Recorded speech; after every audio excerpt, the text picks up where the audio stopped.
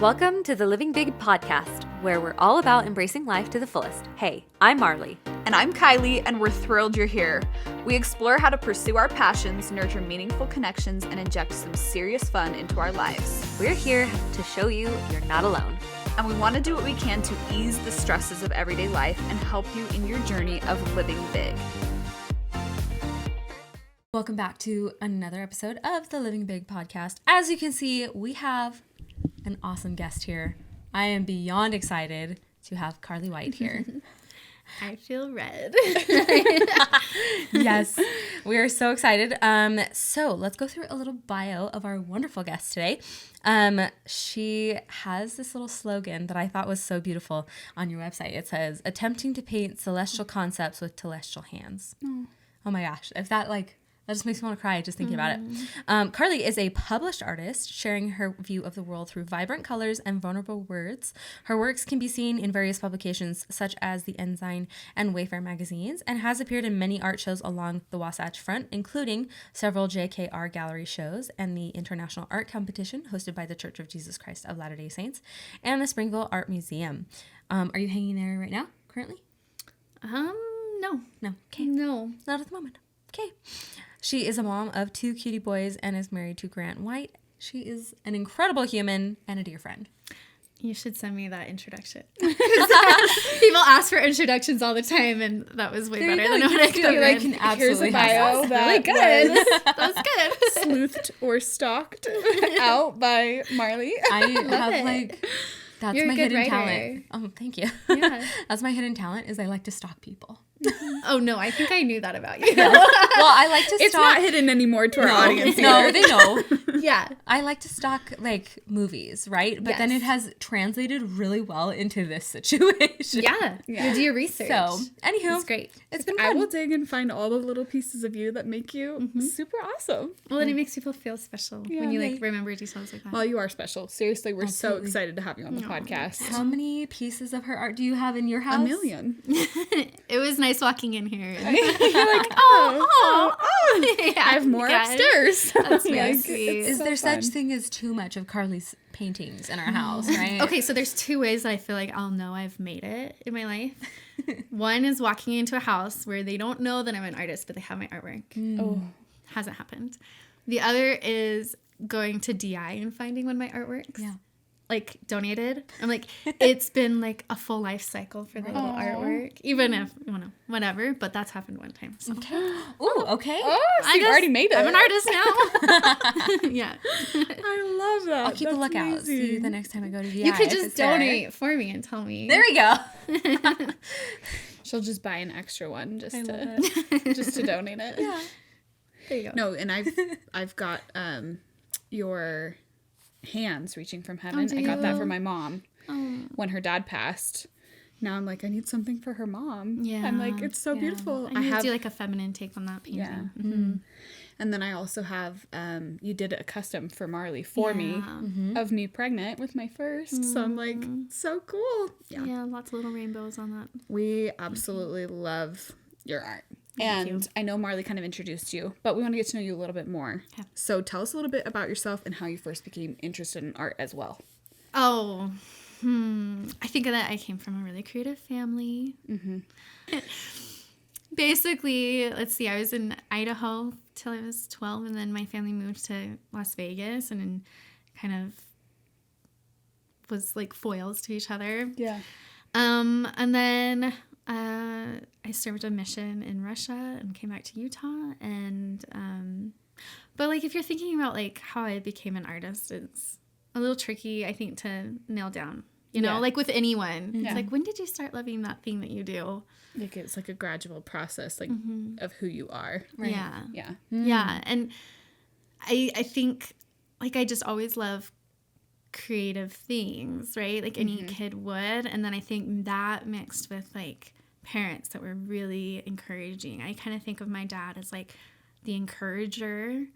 And like we make fun of him so much because he does compliments, but he does them like way over the top, right? So he's always like, I remember him telling me like, Carly, you could be in the Olympics for art. Like you are so good. And looking at my art at that time, it is so average. But in my head, I'm like, I am an artist. Like, He just I am championed so that for good. you. Yeah, he'd be like, you're better than your grandma. And my grandma's a professional artist. She's so good. I'm like, yeah, I am. Like, sorry, grandma. Watch this. Or like, I played lots of different sports growing up, and I remember thinking I was like the best on my soccer team, and talking to my friends just like not too long ago, they're like, you were like the worst. You were the worst. No. But it didn't matter, right? It only mattered what like what external people were saying to me, and those people, my dad was We're the super one that encouraging. was like, you could do anything you want, anytime you want, you know? Aw. And then my mom, I see her as like the enabler, the one that bought my art supplies and cleaned up my messes. And like, I asked her not too long ago what the hardest part of raising me was, and she's like, just the messes. Like, truly, the messes were everywhere all the time. And I don't think that's necessarily changed in my life. Like, I'm always like cleaning up just random projects, but it was that combination of like having a place to do it, and the encouragement. So like, and people do ask me like, oh, my child's an artist, you know, and what should I do to encourage that? And I'm like, just give them the encouragement and enable them, and that's all you have to do. You don't need to put them in art classes, you know. So I just remembered my dad. I think he could have been like some kind of crazy artist too. And Really? I remember he had a book of inventions that he like would write in just random inventions all the time, and then he'd have us sit down and just like write down ideas. And I remember I like wanted to make this high heel, but like a reverse high heel where it wasn't like pointy on the heel, but like pointy in the middle of my foot, because why not? And so like he helped me like tape cans of food to like the bottom of my shoes, and for like a week I just walked around like this. Oh my gosh. So it was just a good and healthy environment for a creative, and it comes from a really like privileged standpoint, right? And I don't think a lot of people can say that. So I don't know. That's kind of how it started. Oh, I think it's amazing that they like helped foster that creativity and cultivate it in you, and were some like very first or earliest influences in your life that kind of sparked some of that for you, or kept the spark alive, because it sounds like you always had the spark. Yes. But they were like, okay, like let's feed it. Yeah. I think, you know, we all say we're artists until we're like 7, right? And at some point we almost get creative injuries from something, right? Yeah. The kid next to you in class that can really draw inside the lines and you can't, or you know, parents projecting on their kids like, yeah, art's great, but math, you know? Yeah. And I think that they do leave creative scar tissue sometimes. And I think as adults we do suffer from those creative injuries wherever they happened along the way. And I think we're kind of constantly having to like massage that scar tissue out. You know? I think some of that is like life in general. You start to gain more and more responsibilities too. So you're like, oh, I need to like put some of my hobbies or my joys or my interests aside and like really dedicate and focus. It almost on feels this. righteous to do so. Yeah. But it is sad because you might be self-sacrifice. losing a really important piece of yourself in the process. I mean, I even think about like, I used to be way into art and painting and playing the piano, and I was talking to you right before we came and recorded, and I was like, like I had kind of stopped playing piano when I was going through postpartum. It was really difficult, and my baby was having a hard time. All of a sudden I remembered like there's a creative outlet that could help both of us, and I need to play the piano so that I can feel Alive. that joy and that life. There's a beautiful quote by, I don't know if it's Julie Cameron, but she wrote my favorite book called The Artist's Way. And she says that blood is to the body as creativity is to the soul. Ooh. So like the thing that keeps our body alive is our blood. The thing that keeps our soul alive is some kind of creativity. And I almost wonder sometimes if our life was naturally more creative before this technological age. Oh, for sure. Where we had to make clothes for our kids or we had to cook meals with the things that we had. Were we more fulfilled creatively? I don't know, you know? Yeah.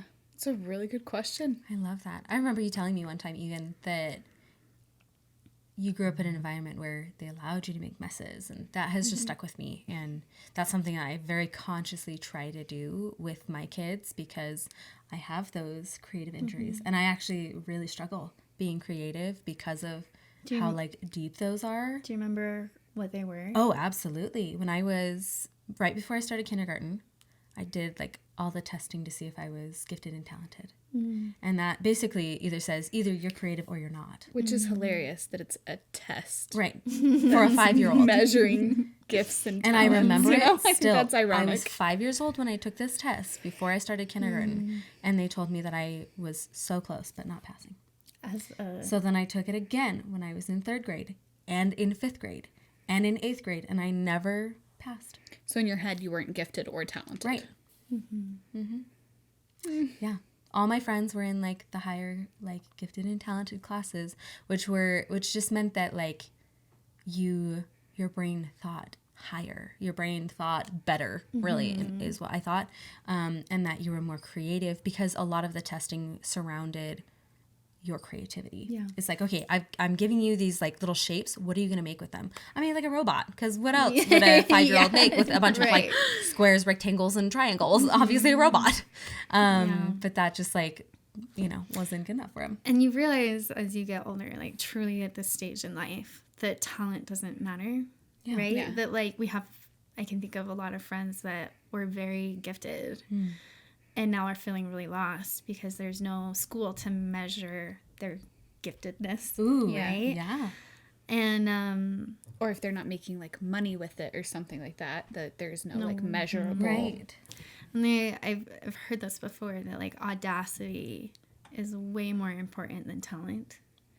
That like, right? Because you're the one here making a podcast, right? Right. You're the one that's like putting stuff out there, and despite, I'm sure, all of the Never self-doubt thought of you it as have, audacity, but okay. you could be so bold to put this on the internet. Yeah. What gives me the audacity? But I see that in my younger self, the just pure like audacity, the confidence, the way I posted on Instagram, like I was the best artist, you know. And as I've gotten older, and I realize the gap between my skill and where I want to be, I'm almost more hesitant to share. But just to put things out there and say, hey, look what I'm doing. And it's that similar energy to when you're a child and you bring home your artwork and you're like, Mom, look at my artwork. And they put it on the fridge and you're like, I want everyone to see that, right? And like, we're so hesitant to do that as adults. Like, hey, look what I'm doing. Even you could be like so good, but it's so scary to put it on the fridge. Yeah. Putting yourself out there is so much harder as an adult. I feel like as a kid, I don't know where that like confidence comes from, but it's just like built in. It's baked in. Yeah. As kids. Yeah. And you're not worried about what everyone's thinking. Yeah. And then as you get older and older, it really does. For me, that was a huge stifling of my creativity, was other people looking in, you know, and worrying about what they thought. Whereas before, I mean, I used to dance to Britney Spears like nobody's business. The songs I thought I could maybe do in a talent show.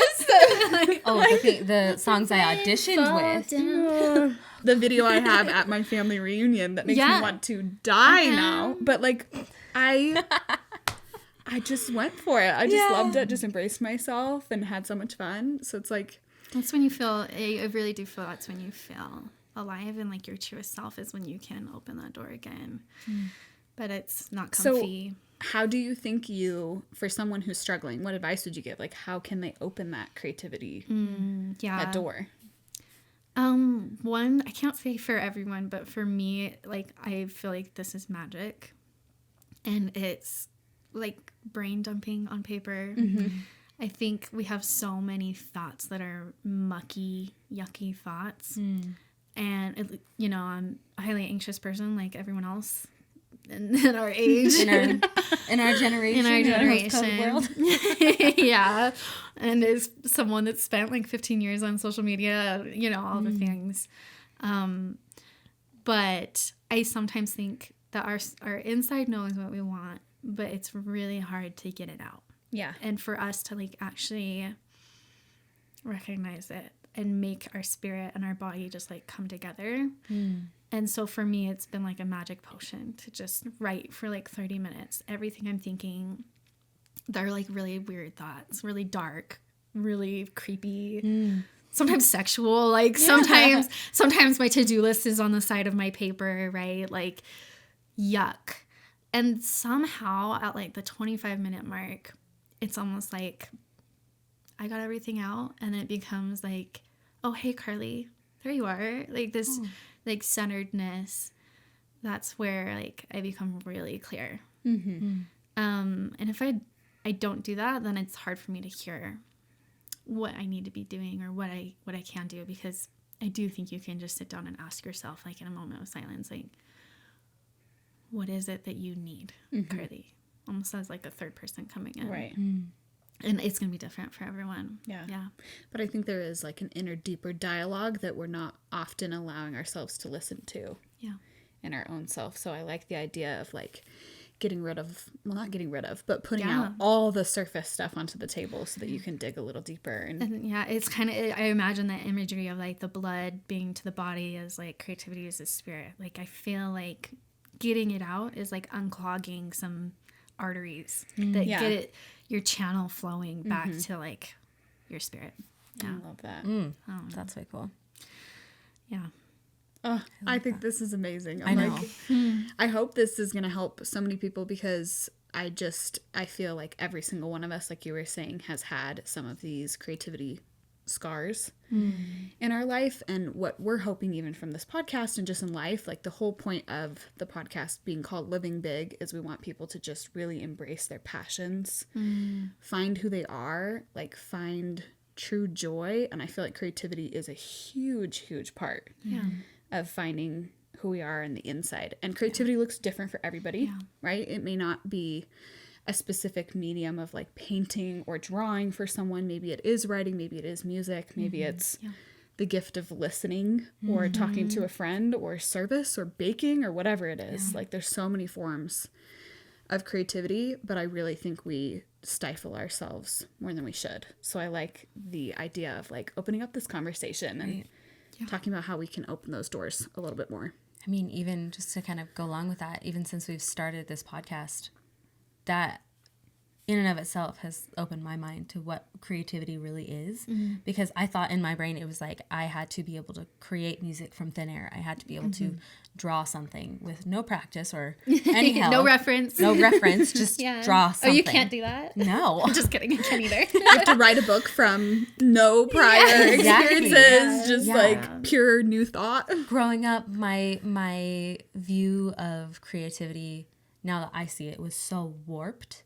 But I think that was just Little everyone 5-year-old else's. Marley. Yeah. I think that was everyone else's view, though, at the time, you know, because when you're in school, you're like, okay, you have to do one of these things, and then that's it. And you're just kind of in that little box, and either you figure it out or you're bad at it. Yeah. When you were talking about the test, I was like, I remember in high school when I would take career placement tests. Yes. It was like florist every time. How interesting. Like, they did not have enough imagination when it came to these tests. I hated those tests. I know, I hated those tests because they were like... I really am bad with flowers. So... Well, that's funny. I was just laughing at the whole test thing in general because I'm like, a test is to put you into a box. Right. And creativity is automatically like something completely different. And so I just think it's so ironic. I'm like, you can't really like... I wasn't creative enough that to be considered creative, which I have found... Creative enough in the test's way. Right. I have found that I am creative in lots of different ways. Yeah, you really are. And that... I read this in Grit, the book Grit, that if you feel like you have only like a certain amount of like knowledge or skill or whatever, and you can't level that up, then you have a fixed mindset kind of thing. It's like you're born with whatever's inside of you, and that's it. Yeah, almost like scarcity mindset. Right. Like I only have this much to give. And I didn't realize that that's how I thought. But it was like, you can learn, you can grow, you can gain these different skills, and you can become smarter, you can become more creative, you can become these things. And it was, mind blowing. I mean, we can't really get better at math, but like the other ones, yes, I agree.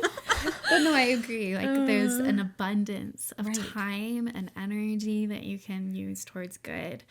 But I don't feel that way all the time. I think I'm fighting that perspective all the time. Like I'm like, there's only this much time for me to be, you know, where I'm at with my career. And the people that I look up to the most as artists that I find just have such a clear voice and can produce amazing work are 50 years old, you know? And that gives me so much comfort. And they're done raising their kids. Yeah. They have the time. Yeah, there are no time limits. I think, again, like we put ourselves in a box when we're like, we have to fit a certain mold, a certain timeline. Like it's not benefiting us. It's not helping us. Right. Yeah. So hard. Yeah. Oh my gosh. Okay, I want to dive into a little bit more like your artistic process too. Are there any particular themes or emotions or experiences that you often explore in your work? Yeah, so that's a good question. And it kind of changes year to year. Sometimes paintings are to answer questions for me. Sometimes they're to like heal pain. Sometimes they're to capture a feeling like love for my child. But I do find that like it depends on the year, you know? And I tend to do my paintings in like a really small time period, like a burst almost. So a lot of times when I release like a collection, they tend to follow similar themes and even colors, palettes. And I'm excited because I think like I've been really struggling this year with the direction I want to go with art for the year, right? I kind of always do one collection per year. And everything has felt forced. I'm like, yeah, I know that if I do this, it would be successful, right? I know I can make it beautiful. Yeah. I would love it. Yeah. And it would be great and people would like it and I'm sure I'd like it, you know, but it hasn't been exciting enough for me to even start it. But just this past like 2 weeks, I just had a moment of clarity. And I mean, I'm saying that this will be the theme for this year, but I'm not sure. It could. Sometimes you have this idea, and then what comes out is different. Expands, but I would love to do pieces that connect me to generations of artists in my family. So, like my great great grandpa was one of the first like Utah photographers, like early photographers, and he like would hike up really scary mountains that didn't have trails yet, and then he would photograph, and then he'd go home and he would take little color notes with like his little paint to figure out what colors he was looking at because it was black and white, right? And he'd come home, and then in the winter after doing all these photographs, he would paint these like amazing paintings. Whoa. Yeah. And I'm just learning about him, and I cracked open a book about his life the last week, and it just everything he said just resonated with me so much. That's so sweet. And then my grandma, his granddaughter, is an amazing artist also who does landscapes. And I've been feeling this pull towards landscapes and art and just something for my brain to relax on. Yeah. And I'm like, I would love to do work that connects me to my generations. My grandma's getting older, and I almost feel like I see this image of her just like passing me the paintbrush that she got from her great grandpa, you know? And so we'll see if that ends up being my motif this year. That's one of those things like I don't know. So I beautiful. don't see it necessarily like landing with a lot of people the way like other collections have. But like it almost feels like I need to. Yeah. I need to do it. So well, there's again lots of reasons to be creative and to create art. And I think creating for yourself is probably the most important one that you could do. It feels scarier, right? Yeah. Because you don't know like what the result will be. Sometimes I know like I'll be able to sell all of these paintings and I think it's going to resonate. I mean, I'm coming from a place where I just lost a loved one and stuff. So the idea of just like kind of going back to our roots and like connecting to those people who made us who we are. I think you need to learn how to sew. I know. It'd be so fun. Yeah. But like there's pieces of these beautiful people that are woven into us. And so I really do think like whatever you do, that if you do that, it's going to be amazing. It'll be so beautiful. I'm excited for you. I think in my experience, I feel like when people are their most vulnerable and their most authentic self, that's usually when they tend to resonate the most. At least in our experience with you, was sharing your whole garden story and becoming pregnant with Jade, and how that was for you. It was very clear that it was an emotional journey to become pregnant and to go through that experience. Well, I felt like I was giving up everything, you know? I don't know if you felt that way, but like becoming a mom, I'm like, there goes my career and my happiness. Like, I really felt like, but I'm doing what's right and I'm going to have a baby, you know? And then I talked to other moms that were doing art and stuff, and they were able to give me guidance. And there was this like sweet moment where I had just found out I was pregnant and I was kind of mourning my whole career of selling 5 different pictures online and just feeling sad. And I had this meeting with someone who was like, hey, we'd like to sell your artwork in our store. And it was like this, oh, like passive income, you know, like maybe I could have a career and be a mom. Yeah. And I kind of kept seeing little bits of light, you know. And then I became a mom, and it ended up being that having that constraint.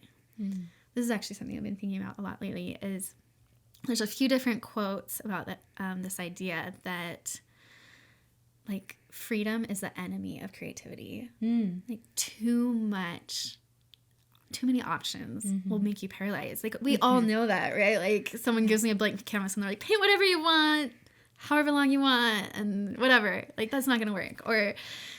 But if you give me like, hey, this is like the image I want in these colors, like I can thrive. I can make something super cool for you. I don't take commissions, I should say that. Yeah. But like, Don't DM her. Or you think about like an improv group, right? You can't just be like, did you guys ever watch improv? Oh, yeah. I definitely participated in it. You did? I also did. Yeah, so if I say, hey, Marley, be funny. I feel like I have You're no like, idea what that means. Right, like, no, but I'm like, hey, in a Russian accent. Oh, that I could do. Like, be, set up a whole scene. You're an 80-year-old babushka. Yes. Absolutely. Yes. And Sitting we on could a make bench. like a really funny scene. Absolutely. So it's this idea that like boundaries are so good for the creative soul, and becoming a mom was just what I needed to like hone in on my craft, because I have 2-3 hours today on a good day. Yeah.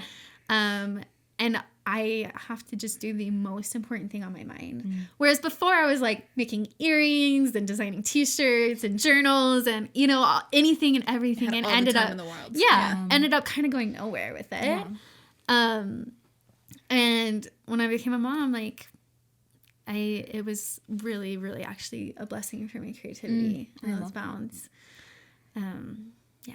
So now I like actually have to set up really strict boundaries for myself, limitations, in order to actually do anything. Yeah. I feel like it's been like, oh, that's like my secret sauce. That's what I need, It's such a cool thought, because you would think the opposite, just like naturally. Oh yeah, like the more freedom you have, the more creative you can be. But I love that. Like it genuinely doesn't work that way. Yeah. You need some structure in order for your mind to really be able to like expand. And I think that's beautiful. Yeah. Absolutely love that. That kind of perfectly segues into kind of the next question of how you prioritize and juggle all the things: self-care, being a mom, making sure you have time to create, and brain dump, Yeah. What does that look like? You're like, oh. How's that going for you? Yeah. Oh. Interesting question. That. Of course. Well, I remember right when Jade was born, my first. He was 1 month old, and I had just started attending an art academy in Provo, and it was amazing. And my mentor at that art academy just kind of was like, you can't like run this print business and do all the homework and get better at art and, and be a mom. And it was true. I was like trying to post on Instagram and then, and I I couldn't do all the things. I couldn't juggle. I was 1 month postpartum with my first. Like, that is a shock to your whole system for both you and your partner. And I was desperate, and I kind of thought something has to go, right? And that's kind of where I started my system now that works really well for me. And that's going off of Instagram for 6 months and turning off my whole business for 6 months. And then the last 6 months of the year, I kind of market and I do art shows and I sell my work and I share. That has been so fun, like pivotal for my career. Instead of trying to do all the things all at once, I kind of started just being able to do a few things a lot better. You know, so 10% to everything. Yeah, I could do 90% or, and so the first time, so I've done it 4 years in a row, and the first time I was going off, I was like, this is like career suicide. I was like, everyone's gonna unfollow me. And at the time, my husband was in school, and I was helping, you know, pay the bills and everything. But that would be scary. Yeah, it was scary, but it felt like needed. Yeah, it felt like something that it was like my soul was like suffocating and could not breathe. And for years and years, I wanted to like get better at phone usage. And I actually had one of those 5-year journals that asked the same question every year on the same day, like different question on each day. But there was one day at the beginning of the year that would always say, what do you want to spend less time doing? And it was always for like, you know, years and years in a row. I want to spend less time on my phone. And it's like, of course, I always wanted that, but nothing I did worked. And when I think about it, it's like, yeah, you were 12 when you got on social media. Like, of course. And of course it was hard. But just something kept nagging me, like, you need to go off social media. You need to go off social media. And when I finally took a big step and went off social media, it was, first of all, really scary, but then a shock to my system in like a whole different way I wasn't expecting. It started out with like just major anxiety. Someone put it this way when they went off social media, that it was like being in a really crowded room for a really long time, and then all of a sudden all the people just disappear and you're like alone. And it's like kind of eerie, and you're alone. Can with I face thoughts. myself? Can I be alone with myself? And I couldn't. And for months it was a lot of just healing from that feeling. And all of a sudden, like, I don't know, I guess I could continue on with that imagery of like, all of a sudden I felt like I could enter into a hallway by myself, and I could intentionally like see my grandma's door and like walk in and have a sweet conversation with my grandma. And all of these random people were in there also taking up my mind space. And I could like open another door, and like my 2 kids just run up to me, and I'm with them and only them, and they're only with their mom and no one else. And like, then I open another door, and my husband's laying in bed, hopefully shirtless, and like his arms out, you know, and like I can climb into bed and like put my head on his chest. No one else is in that bed with us, like taking that energy away from our relationship, right? And I think that person that said that, I was like, yeah, that's exactly how I feel going off social media. And it also reminds me of like being in a toxic relationship. You like don't know how bad it is until you like step away. And even then you still want to like talk to them a little bit. Yeah. And you like still want to message them and like get that high. Have you been in toxic relationships? Oh, absolutely. So maybe we should just talk about that. That's gonna be good. But yeah, like and you have to like cut contact. Yeah. And then you step away for months, and then a year, and then 2 years, and you're like, whoa, like that was not really good for me. No. And I see all the flags, and that's how I felt. I was just shocked. I'm like, oh my gosh, I didn't realize how hard this was to be so addicted to social media. Yeah. And it's like I didn't know how to have my own thoughts anymore. It was like being fed thoughts all the time. And my conversations at the end of the day with my husband were like, okay, so like my friend on Instagram or whatever was saying this. You know, it was like no original thoughts. And so at that time I had a faith crisis. I had major anxiety issues. And within like 3 months, about 3 months is when I finally came out of it. And I felt like still. and I loved being in that room, like alone with my family. And everything changed. And my art changed. And it got a lot more sincere, a lot more vulnerable, a lot less validation based. Like I wasn't thinking about how it would be received anymore. How many likes is it going to get? Yeah. And now it's not as hard when I get off now. It's not as dramatic. And now it's just a no-brainer to get off. And it's easy, and I look forward to it, and I crave it. Did you do a social media break? Last year I did, yeah. How was it for you? Amazing. Yeah. I loved it, yeah. I was like, wow, I have time to do other things. Yeah. You didn't think it was taking up... I don't think it actually is taking up that much time, but it's taking up, like, your mental energy or something. Yeah, absolutely. I was like, well, I know I'm going to want to replace it with something. So I kind of went into it with a plan, and I was like, well, I'm going to do Duolingo, and then I'm going to like read, or I'm going to do other things instead of. What did you do on Duolingo? I did Spanish for a long time, and then I picked up Ukrainian. And so I've been doing Spanish and Ukrainian for 426 days. Are you kidding? I was going to say, what's your streak? I don't think I know Yeah. anyone that good. I know. It's so Yeah. good. I know people with way higher streaks, but That's I'm when really I got proud on of myself. Duolingo as well. Yeah. And you just feel so much better about yourself. You're Well, you're walking like- away. I'm also like, using my brain muscles to Yeah. do cool things. I'm stretching and growing and Rather than mindlessness. Yeah. And you guys are readers too. Yeah. Major readers. Yeah. Well, it's like intentional consuming is how I see reading. Yeah. Versus just consuming, someone just feeding you Right. thoughts. It's like so intentional. Well, here's what I have found with reading is I feel like it's a lot more connective than social media is. Like we will read a story, like either for book club or just like on our own, and it just feels so much deeper, so much more emotional, so much more connective than seeing people on Instagram. Yeah. Why is that? I don't know. But I mean, it's so social true. media was made to give you the dopamine hits to keep you coming back. Right. Like it's not inherently there. There are good things about technology, right? But it's not inherently there to like educate you. It's to entertain you. It's to just keep you there. Yeah. I think of even reading- like Netflix, like Netflix is like, are you still here? Right. Do you want me to launch you into the next one? I will just do it 3, 2, 1. Like it's, Oh, this is what we're doing. they don't want you to escape the trap. Yeah. They don't want you to stop. They want you to just keep going. Yeah. Do you think with reading you're using agency? Yeah. I don't think you're doing that as much. You can try Yeah. on social media. But It is really hard. I remember going on my mission, and that was a forced break for me. yeah. And I didn't. Wasn't think- everything so funny on your mission?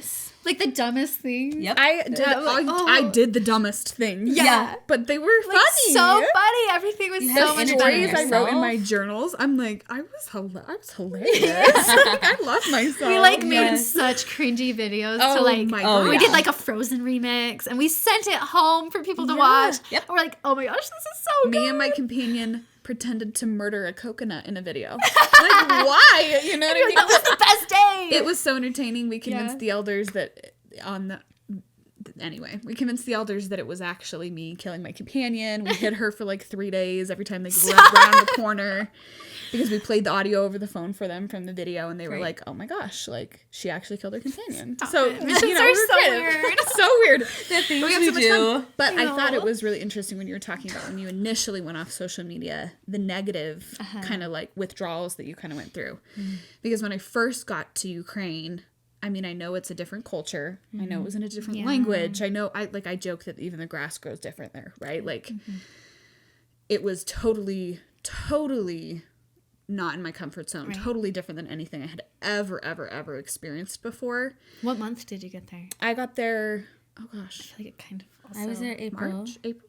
So you were there. starting to be 60s. pretty. So middle of May. yeah. They always Middle had of those May. tires in Ukraine with Yeah. flowers growing out of it. No, it was beautiful. But yeah. But I Such a shock. couldn't speak the language. I learned Russian in the MTC. People were speaking Ukrainian. Right. And I was shocked beyond belief by everything. And they're Just very everything. different languages. Yeah. Yeah. Yep.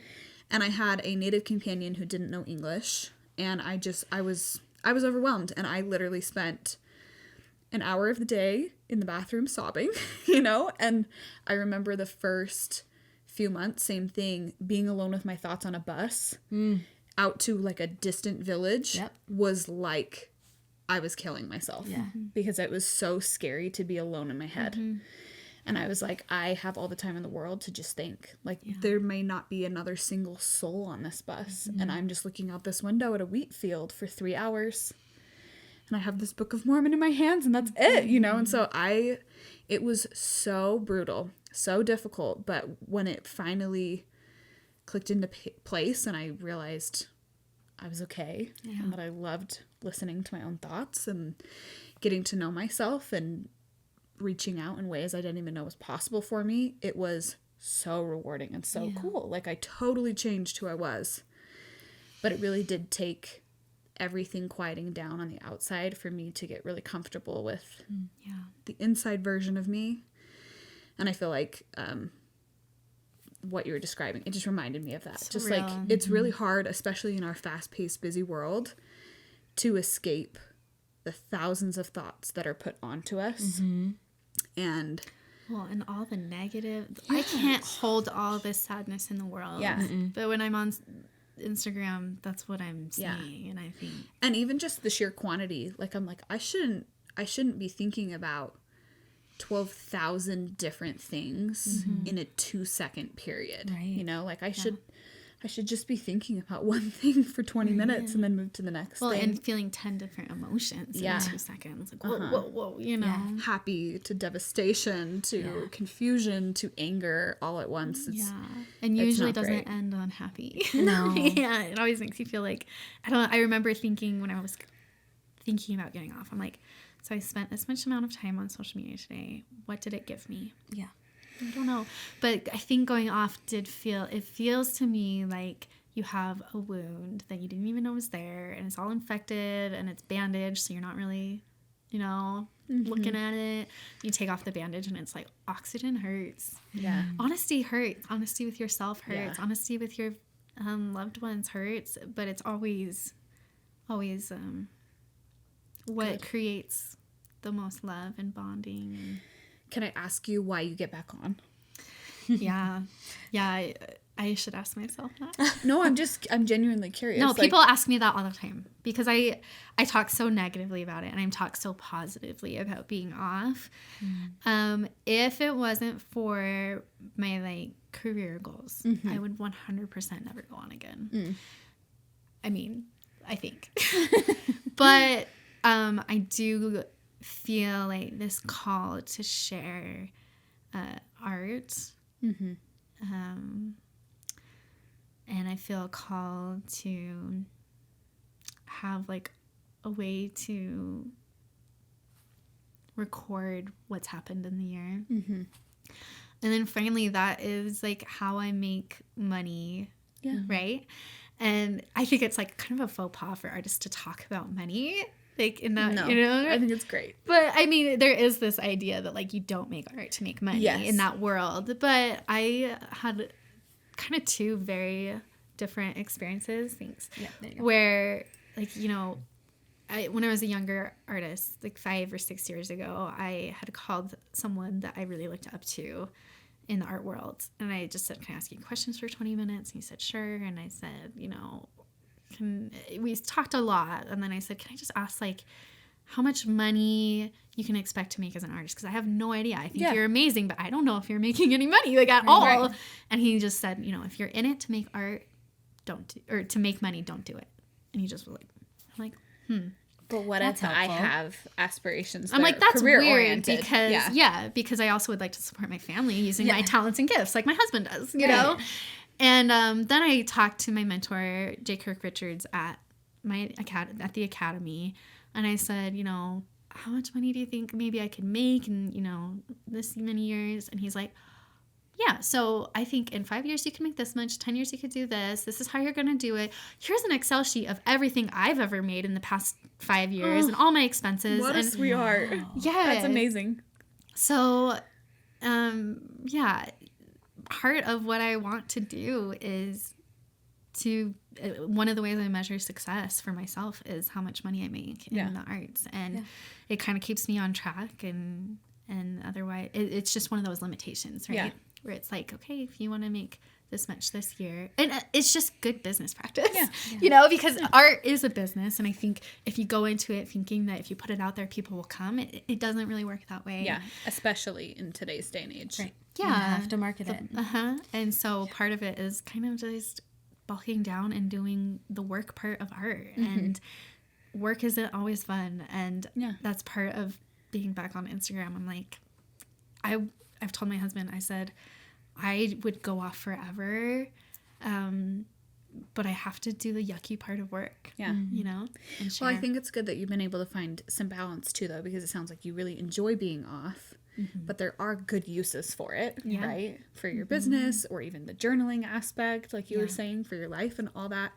Even, and this is a huge one for me, reconnecting with people I otherwise like just don't see because they're too far and there are too many people. Or friends in Ukraine and Russia. That's what I'm saying. It's too far. Just like check on them. It's really good for those aspects, but I'm glad that you have been able to find in your business a place where you can do both. Yeah, and I'm still not good at it. You know, I still get on. I still compare myself. Yeah. I still think, oh, they did this art show. I should have done that. You know, and it's not jealousy, but it's, I compare myself in a productivity way. It's like, that's what my weakness is. And and I do think there's people that really are healthy users of social media. And I have never been like, everyone should do this.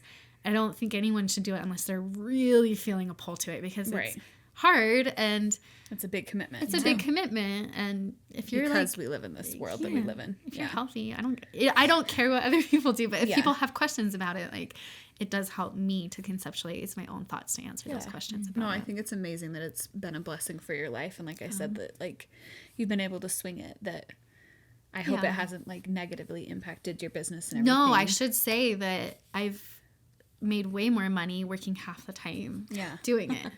And maybe it's like kind of driving that like, ooh, we don't see her. So when we see her, we know we have to, you know. I mean, I love it. I'm like, I was thinking when we wanted to talk to her, I'm like, I don't even know what she's working on right now. Yeah, and this year has been a weird, funky year for me. And I realized just recently the missing pieces that I haven't been writing. And I felt confused. And I mean, we bought a house and there's lots of projects. So that's that. And you have 2 little boys growing up. Sweet boys. And I also feel like I need to say that, like, I've had a nanny for the past year. Oh, that's amazing. 10 hours a week, you know, just enough. Yeah. I don't have her anymore because I was like, I'm gonna mom, it's gonna be great. And now I'm like, help, come back! I need 5 hours. I don't care. So you know, I'm not one of the moms that is really productive during nap times. I get dishes done and I get cleaning done or whatever. I take a nap, and I just think that's important to say. You know, Seasons. Also, there's just no perfect days. I love that too. Like, take the pressure off. Yeah. We're all just winging it. We're all just trying to do all the things we want to do. And, like, it's okay. It doesn't have to look like a very certain way. Yeah. Right. And if you're trying to squeeze in art with kids, it's going to be... Yeah. Nap time doesn't ever go how it's supposed to go. As soon as you get them down, one's up. Yeah. Yep. So, I think that most artists that I know that are women have some kind of childcare. Yeah. Or in the past I've done, you know, before I was making money, I was trading with other moms for a few hours a week and watching their kids, and that's smart. And then I have like such a supportive family. You know, it does come from a really privileged standpoint to be like, I can go off social media and I can. No, I love that you're using your resources though to make what works for you work for you and your family. That's desperation. Like that feeling of I need to play piano postpartum. I need to I love that. For people who might be interested in their own social media breaks, what do you think might be a good sign for them that they should take the plunge? I think if you're feeling like angry and irritable, like me, then I'm on. Fair. I don't know. There's just this feeling of your soul. I think when your soul is not being taken care of, there's symptoms. And for me, it's like I feel like I'm in a cage, or I feel like I'm not, and I'm frustrated for no reason, or you know, I feel like, you know, and I think if you're just feeling that little voice that's like, listen to you could just think about it. Yeah. You can ask yourself, like, what do you need, little soul? And maybe that is going off social media. And again, kind of like a toxic relationship. Like, you maybe don't know how bad it is until you go off. Yeah. But well, what's the worst that can happen? That's what I like had to ask myself. Is there were people that I was like watching religiously. yeah. I will never meet them in person. They will not know me. They don't know me. Yeah. And I cared so deeply about these people. And I felt like some serious kind of, well, what if I miss stuff, you know? Yeah. Well, you're in that crowded room for so long. The FOMO. These is so real. You're like, wait. I was just talking to all these people. Like, where'd they go? I don't But want to they're miss fake. an event. I don't They're want to fake miss to me. anything. Because I have no actual connection to them. They're just people far away Yeah. that don't know I exist, right? So, of course, like, I'm going to miss stuff. But why does that have to matter to me when I have no actual connection to them? Yeah. You know? So, letting that go, that was a pretty good sign for me personally to be like, I'm way too invested in these people. I should probably take a step back. And then I came back and I was like, well, they're still there. They're still doing their thing. And I kind of caught up and I was like, cool, whatever. Oh, I didn't really miss that much. Yeah, I didn't. Yeah. 4 months I was gone last year. It's a long time. So I felt like that was a long Well, time. and I felt like, and I had to think that way too. Like, what's the worst thing that could happen? I'm like, okay, 6 months off. And at the time, I didn't know I would do it every year. And it was like, well, 6 months. And let's see, I'm 20. I think I was 24 when I first started doing it. I was like, I'll probably be on Instagram or on social media for 50 or 60 more years. So 6 months is the I know. That's That's shocking. weird. I'm like, 6 months in that time, what percentage is that? And I'm like, oh, okay, that's not so bad. But now that I do it every year, I'm like, okay, so now I'm only on it for 25 more years, you know, out of if I go off. Yeah. So that was like a good thought for me to have too. Like, what is the worst thing that could happen? Yeah. Yeah. I think for me, one of the biggest thoughts that I have when I'm like, oh, I need a break is when I notice it like impacting my relationships. Like, I'm like, oh, I can't find myself just paying attention to my kid. Yeah. Because I need to have something on in the background, or I need to be looking at something or messaging somebody or whatever. And same thing with my husband. Like, are we connecting or are we both Showing each other funny videos. or not even? Yeah. Like, just literally down our own lanes, looking at our own stuff, and like, we're not talking. And so for me, I don't do like huge chunks of breaks, but even I'm like, okay, like tomorrow, Yeah. it's You an feel off so day. good. We're just gonna, and then you notice when you even do that, even just for one day, how many times are you picking that up and like trying to go to the app? I know. You know? Yep. And you're like, oh my gosh. So then it does kind of keep yourself in check, and then hopefully like, when oh, you're this is jumping my back in, you're like, okay, you know what? I learned from yesterday that I need to do this a little bit differently if I'm going to do this. Yeah. I love that feeling of like when you're camping and you just have no choice but to like not be with your phone. Like, I love trying to bring that home. Yeah. You know? Remember girls' camp? I know, So the nice. best. And you had so much fun. And you never wanted to go. I never wanted to go to girls' camp. I was always like, no, I'm not going, Mom. And she's like, you're going. It's pretty miserable growing up because there were always like lots of poisonous bugs and things growing up. So yeah, I was like, but I loved it. I was in Moab. Yeah. We went to Miami, or no, what is it? Malibu once.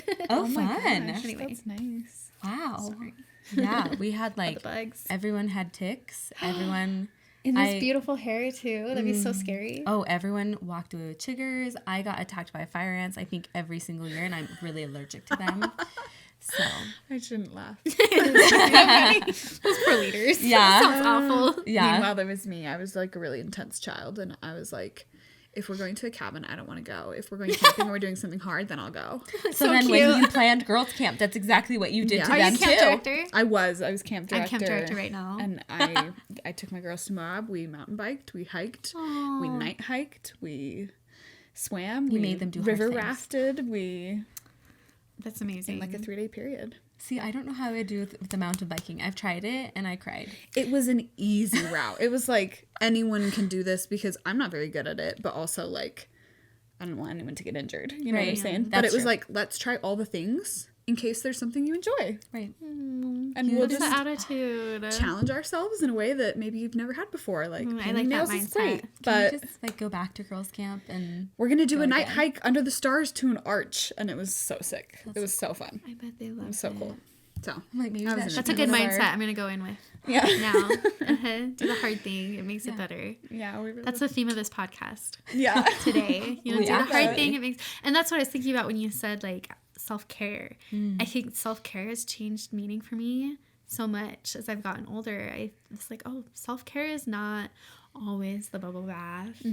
Although, come on, That is always nice. so nice. I literally took But one like, last it's night. the like, oh, the workout. It's Yeah. the it's the taking the kids to do the hard thing that like pays off instead of sitting at home and hearing whining, and like it's the waking up early. Just it's the things that take care of yourself naturally, and making sure that you're doing those things that make a happy brain, happy body. That's so interesting. The doing the dishes so that your Tomorrow tomorrow morning. self. Oh, Can thank you. Yeah. Yeah, I did the Love dishes that. before Even I though came it's not like here. it's fun in the moment to No, do the dishes, you know? yeah. I love that. That's so interesting. I don't know. I love that. This episode is proudly sponsored by Event Penguin, your go-to solution for creating unforgettable events. Say goodbye to clunky and hard-to-use event sites and create your next event in minutes today. Whether it's a party, conference, or a networking event, Event Penguin has everything you need to bring your vision to life. Visit eventpenguin.com today and discover beautiful, customizable event pages that make planning a breeze. With a seamless guest experience, Event Penguin lets you focus on what truly matters, making your event a smashing success. Start building your community through events effortlessly. Jump in! This next section is just kind of like, what are your favorite hobbies and activities to do to unwind outside of art?